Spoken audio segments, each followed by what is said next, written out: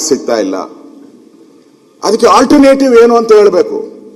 Alternative ಏನು ಅಂತ ಹೇಳಿದೆ, ಸ್ವತಃ ಮುಖ್ಯಮಂತ್ರಿಗಳು ನಾನು ನೋಡಿದೆ, ಒಬ್ಬ ರಾಜ್ಯದ ಮುಖ್ಯಮಂತ್ರಿ, ಯಾವ ರಾಜ್ಯದಲ್ಲೂ ಪ್ರಾಬ್ಲಮ್ ಇಲ್ಲ, ಯಾವ ರಾಜ್ಯದಲ್ಲೂ ಪ್ರಾಬ್ಲಮ್ ಇಲ್ಲ, ಇದೇ ರಾಜ್ಯದಲ್ಲಿ. ಯಾಕಂದ್ರೆ ಸ್ವತಃ ಮುಖ್ಯಮಂತ್ರಿ ಹೇಳಿದ್ದಾರೆ ಸ್ಟ್ರೈಕ್ ಮಾಡಿ ಅಂತ, ಸ್ಟ್ರೈಕ್ ಮಾಡಿ ಅಂತ ಹೇಳ್ತಾ ಇದ್ದಾರೆ ಮುಖ್ಯಮಂತ್ರಿಗಳು. ಎಷ್ಟು ಸರಿ ಇದು?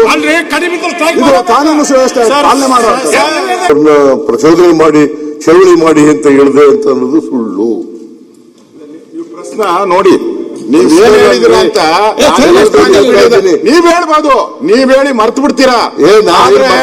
ಪ್ರೆಸ್ ಅವ್ರೇನು ಮರೆಯಲ್ಲ, ಅದನ್ನೇ ತೋರಿಸಿ ಚೆಕ್ ಮಾಡಿ. ನೀವೆಲ್ಲ ಚಾನಲ್ ಬೇಕಾದ್ರೆ ಚೆಕ್ ಮಾಡಿ. It is not correct, it is correct, it is correct.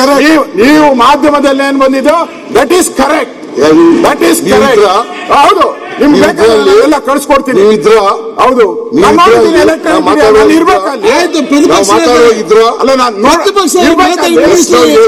ಹೌದು, ನೀವು ಮಾಡ್ತಾ ಇರ್ತಕ್ಕಂಥದ್ದು ಸರಿಯಾಗಿದೆ.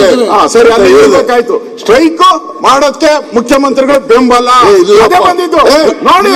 ಇಲ್ರಿ, 100% ಅಷ್ಟೇ ಬಂದಿರೋದು. 100% ಇನ್ಕರೆಕ್ಟ್.